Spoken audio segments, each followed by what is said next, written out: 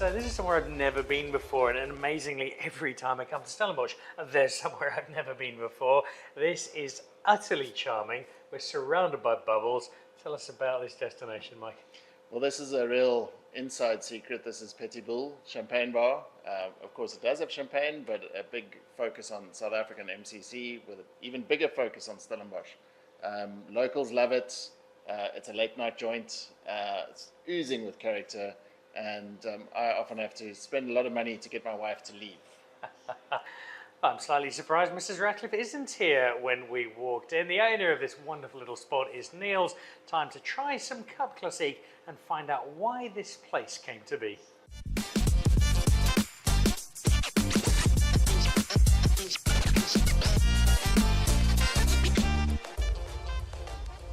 Piano in the corner, old school artwork everywhere, and just bubbles as far as the eye can see. I think I'm already smitten, Niels. Tell me about what is clearly a passion project of yours here. Yeah, look, it's a passion that started in Champagne a year or so prior to COVID, and then I just came up with this idea that there are so many wine bars, but there's not a single bubbly bar. And it's a town of celebrations. Eh? You have graduation, you have weddings, it's such a popular town, and now it's been known for the hub for celebration. So we subrage probably 10 to 15 times a weekend. So yeah, that was the conception of it, was to create a lounge that people feel at home, and bubbles is always a talking point. And it's a conversation we're having a lot more in South Africa, because certainly from what I see, the gap that rightly or wrongly was there between Champagne and Cup Classique does seem to be closing. Is that reflected in the people who visit you here? Absolutely. I think it's already closed. It's not a gap closing anymore. I think people favour the Cup Classiques. There are amazing Cup Classiques, like the one we're having now is one that is very local, Stellenbosch, zero dosage, become popular. So people here find a place where you can have variety by the glass. So it's not that you're forced to buy a bottle. You have the option here to taste quite a variety of bubbles by the glass. I've seen the variety. The majority of them I know. Some of them a little better than others. This is one I'm familiar with, but not as intimately as perhaps I should have been. But I know that Carla is a terrific winemaker. Tell me about this Salter. Yeah, Salter, she came and persuaded us to do a tasting, and you know what it's like. There are 150 plus Cup Classiques. You cannot stock all of them. So the one that's more persistent than the other one, then you take them on and say, okay, come and do a tasting. And she brought her crowd and we brought our crowd, and it's suddenly just a favorite. It's really one of the favorites in the house. And yeah, it's a typical Cup Classique that resembles the Stellenbosch area well, and so there are many. I mean, we can highlight one or two or three or four, but there are really top cities that are on par. For me, the best Cup Classique, and we're all individual, is an almost contradictory sense of the zero dosage, the brilliant dryness, but still a richness of fruit. I know because you brought me here, Mike, that this particular venue meets with your seal of approval. Does the chairman of Stellenbosch Wine Routes find favour with the Salter bubbles? I mean, it's really delicious, isn't it? I think that's the ultimate compliment that I could pay to this wine. I love the dryness of it. It's got personality, and I also love, Niels, what you said about this being proudly Stellenbosch. It doesn't try to mimic a wine from elsewhere in the world. Yeah, absolutely. And it fits so beautifully into the ambience around here. I mean, Dan, the reason I brought you here is this is a locals joint that also has tourists. But the locals have embraced it. They absolutely love it. Niels is a great host. And you often have to kick people out late at night because it is so popular. There's also live music. Yeah. So we started on Sundays between 6 and 8 with jazz, blues, classic music. Create, again, that ambiance of, and we were the late night venue for the Woodfears. So, yeah, Mike was spot on there. I think The latest we left was 2:30 in the morning. But yeah, it's becoming a favourite of the locals. It clearly seems like I need to come back, possibly a little later at night, possibly with Niels on the piano, Mike doing some vocals, and Mrs. Ratcliffe on the dance floor. It's a lovely spot. I look forward to coming back, and thanks for a terrific edition of Stellenbosch. Cheers, Mike. Cheers. So there we go. It is a much needed, yes, they'll call it a champagne bar. It's Cup Classique bar when it's Saltaire headlining. Come along, find out that not only is there a wonderful warmth of welcome and some cracking decor, but some pretty good bubbles as well. Cheers.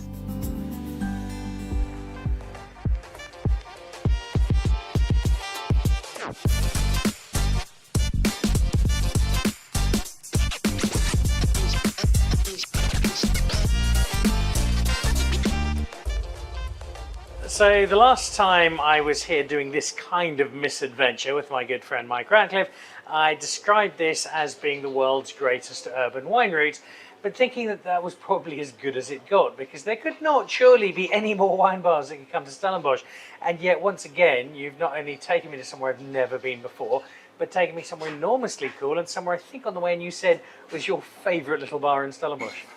Well, welcome to Blix, Dan. Yeah, this is a proper hole in the wall, but I mean, what a classic, incredible decor, homegrown beer, homegrown wine, Stellenbosch, very proudly Stellenbosch wine.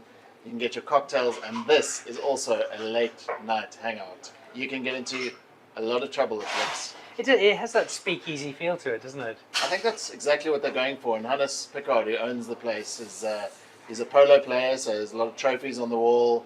And it's got a very kind of oldie worldy vibe that's been very well curated. I love this place.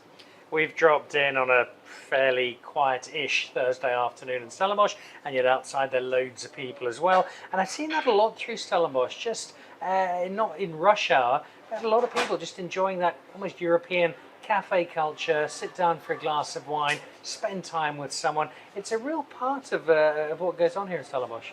Well, absolutely true, and I'm happy to say that even happens through the middle of winter. But now that spring is in the air, there's definitely a bounce in people's steps, and we're also starting to see the tourists arrive. But once again, Blix is a locals bar.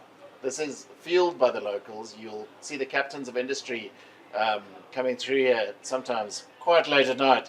But yeah, it's really part of the fabric of Stellenbosch, and I believe now, and my numbers are probably slightly off, but I believe that our wine bar counts up to 17. Oh dear, and probably growing by the time. And growing. By the time you're watching this, there is some wine here. I'll be honest, I'm always ever so slightly sceptical of own brand wine, particularly because it's normally a little generic and not terribly exciting. And yet I looked at this and straight away, aside from a pretty cool label, the Blix house wine is a Grenache Blanc, not the Sauvignon Blanc I might automatically expect for a house wine. Grenache Blanc is something we're seeing a little bit more of, and it's a wine, especially in a South African climate, both to make and to drink. I think it's a rather nice spot. It might well be the first time that I've ever used the phrase Art Deco and Grenache Blanc in the same sentence, and it might be the last time ever, but it's pretty bloody good, isn't it? It really is delicious. And for those who are maybe not the Sauvignon Blanc in summer fans, because the acidity or the pungency that the wine can sometimes have, this is a very, very nice alternative. Grenache Blanc is a classic, and it's also a growing category in Stellenbosch, where you would generally never associate Grenache Blanc together with Stellenbosch, but there are any number of examples that are emerging now. I think probably started by Chris Williams at the Foundry, but it's a great variety and finding lots of favour. So you've got this, you've got a really, really cool setup. There is the Blix beer, the Blix cigars they bring in from Mozambique as well. It is the complete package, and it's the kind of place where you could while away a pretty good night, I'd imagine. And they love to stay open late. They just love it. And obviously, often you'll find Hannes, the owner, closing the doors himself. So, and he himself, in itself, Hannes is a Stellenbosch classic. And he's closing those doors saying, Mike Ratcliffe, it is time to go home. Your wife has phoned me 7 times already. And if that is the case, there's a very good chance that I'm with him as well. Blix in Stellenbosch, it's absolutely tiny. It is utterly charming. And it does a pretty good Grenache Blanc as well. Cheers.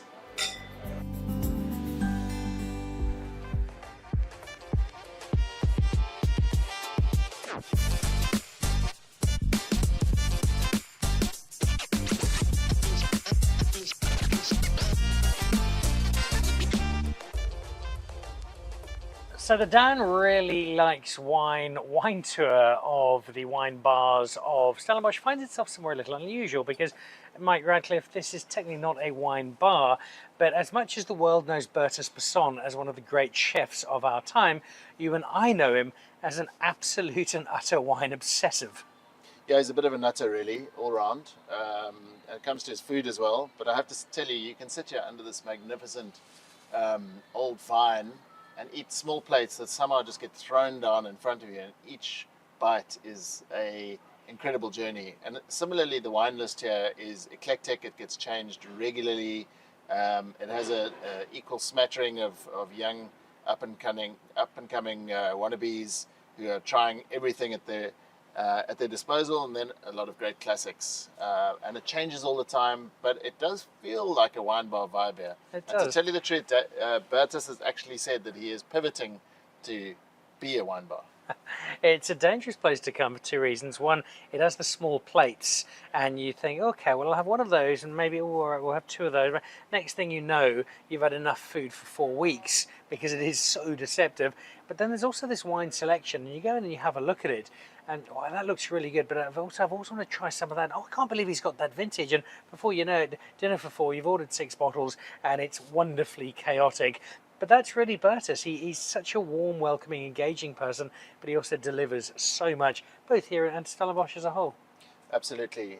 Bertus is baked into the fabric of Stellenbosch. And something that many of your viewers might not know is that he personally curates every single wine on his wine list. It's not outsourced to some sort of faceless corporate entity. He tastes them. And I mean, I think Bertus drinks too much personally, but it comes through very nicely in his cooking. Well, you never know, because you and I have been running with him. I think both of us almost had to be hospitalised, and he went off for a second run. But he is this extraordinary person with all these wonderful abilities. And he's someone who's got these touch points across all of Stellenbosch. Here at Spek and you can head out as far as Clara's Barn down at Ratcliffe. You've got Acre just round the corner.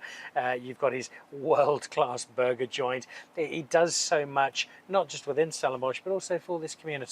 He does. Bertus has been a leader. He gets involved in every part of it. Nothing can speak to that as much as COVID. When COVID-19 hit South Africa and hit Stellenbosch particularly hard, Bertus took the lead along with Visit Stellenbosch. He opened the soup kitchens. He corralled the chefs. He was out there on his motorbike literally delivering 50 litres of soup here and 50 litres there. So he is absolutely a leader. But I think he would want to be known mainly as a thought leader when it comes to food and wine in this town, and he certainly achieved that. In as much as he wants to be known for anything, because for someone who's a celebrity chef of the very highest order, on TV, all these great restaurants, he is a very relaxed and reserved when it comes to pushing himself out there. He lets his food and wine do the talking, and this is one of them. And again, this talks about his relationships and friendships within Stellenbosch. Another good friend of ours, Dani Statler, he's put this wine together. So this is the house wine, and if you actually have a look on the label, you'll see it's Clara's Barn, it's Heuvels, it's Acre, it's Die Vryburger, Spek and Canteen, which is one of his newer additions. This wine is available, all of them, and this is Bertus, who could do wine with anybody, deciding this is what he wants to do. And it's bloody good, isn't it? It's really a top delight. notch. When I look at this label, Basson and Son, and I think I might have raised this at some stage, but there is a Zapiro caricature that might come out of this of Bertus sitting with Dani Statler on his lap with a dummy. I don't know if it is Basson and Son, but the reality is that Dani makes incredible wines. He too has a great friendship with Bertus. Dani sits on the board of Stellenbosch Wine Routes with me, also in his own right, a leader, putting Stellenbosch first. He's a great character of Stellenbosch, Dani Statler. We must have a quick word about the name of the establishment in which we find ourselves. Bertus is a parent not just to his kids, but also to a dog, not unusual, slightly less conventionally, to a rather large pig. That's right. So for those of you that are not absolutely fluent in Afrikaans, Spek means bacon, and Bertus has a pet pig in his garden that causes absolute chaos in his garden to the extent that he has to have metal fencing up, and the pig's name is Spek. So that's one of the animals, and then the other one is his charming boxer called Boone, or in English Bone, and that's where the name of the restaurant comes from, Spek and Boone. You won't find any of them here at Spek and Burner, certainly not in person. There are pictures everywhere. What you will find is an absolutely superb small plate menu, and then I think one of the better wine lists, not just here in Stellenbosch, but right across the country. The collaboration with Dani Saitler at Cupsix is one of them, but there's plenty more to explore. And the best way to do that is to do exactly what Mike Ratcliffe and I are doing, and that's drop by on a quiet Thursday afternoon and lay siege to the wine list. Cheers, Mike.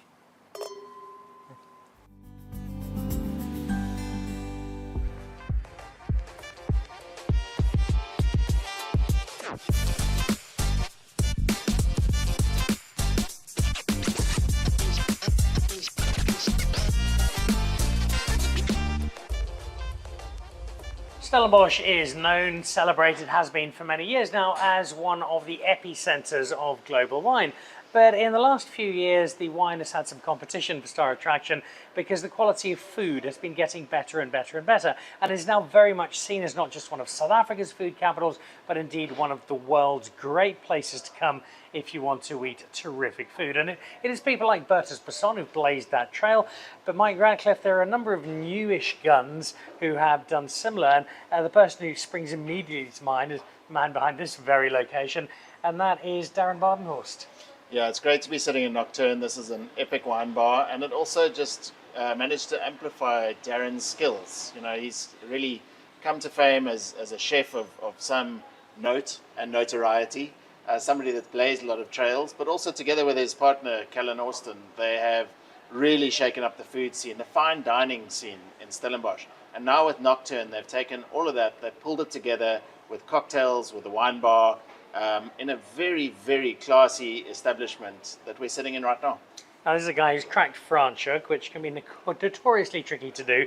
New venture starting up on the west coast, and then his multiple presences here in Stellenbosch. And this is a wine bar that I love because you walk in and it just looks so chic and so polished and so cool. And you know the moment you walk up, it's going to be a pretty good experience. And what's interesting is that since Darren opened Nocturne, it's also spurred a lot of interest in Stellenbosch. And even though we already had a thriving wine bar scene, somehow it threw a little bit of oil onto the fire and has ignited it even further. What I love about this place is it is very sophisticated, very classy. When you come here for a cocktail, you get a cocktail waiter who really takes the art of cocktail making seriously. And when you look at the wine list, it's very clear that the wine list has been properly curated. Unlike this wine that we're drinking right now, the Orpheus and the Raven, I mean, incredible packaging, people that are pushing the limits, and you know, we're very lucky to have not just the bar, but people of the caliber of Darren and his partner, Callan. And I think what's important here, this is a really nice showcase of what I think a lot of the wine bars are doing in Stellenbosch. Yes, embracing Stellenbosch certainly, but going beyond just those big names that people tend to know, finding brands that we don't know, finding winemakers we don't know so well, and from time to time finding varietals either we don't know, or as is the case of Pinotage, 100 years and counting, a wine that maybe we sometimes don't give as much attention to as we could because we haven't perhaps kept up to date with how people like the guys at Orpheus and Raven are reinterpreting and reimagining a wine. That's a great expression, reinterpreting and reimagining. I think that's exactly it. Darren brings an eclecticism to his selection, and just when you think something is what you're going to expect, there's a twist, or there's an angle to it. It's in his food, it's in his cocktails, and in his wine list. And this is the first time I'm tasting this wine, the Orpheus and the Raven, and you know, take me back 10 years, I wouldn't be sitting here drinking Pinotage, but now I am. Take you back 10 years, you also would have been in a town that didn't have the food culture that it does now. And I think we can say, as we sit down for a really good bottle of Pinotage here at Nocturne, that the food in Stellenbosch has not only caught up with the quality of the wine, it's giving it a serious run for its money. Yeah, and that's going to be the next step that we take as Stellenbosch Tourism visits Stellenbosch and Stellenbosch Wineries, is really making sure that the winemakers start spending more time speaking to the chefs and vice versa, and that we start actually curating wine lists, digging deeper into the cellars of the great wineries of Stellenbosch to unearth those verticals. And we've seen in some of our travels that quite a few of the winemakers are collaborating to make actually house brands, which is okay. You know, everyday drinking is not to be scoffed at. And everyday drinking of great pinotage is also not to be scoffed at. Mike, thank you very much indeed. This is Nocturne. It is Darren Bardenhorst. Yes, he is a world-class chef, and I use that term very deliberately. But he's also got a pretty good idea of what makes a great wine bar. Don't you believe me? Well, drop in at Nocturne. There's a good chance you might still find me and Mike here as well. Cheers.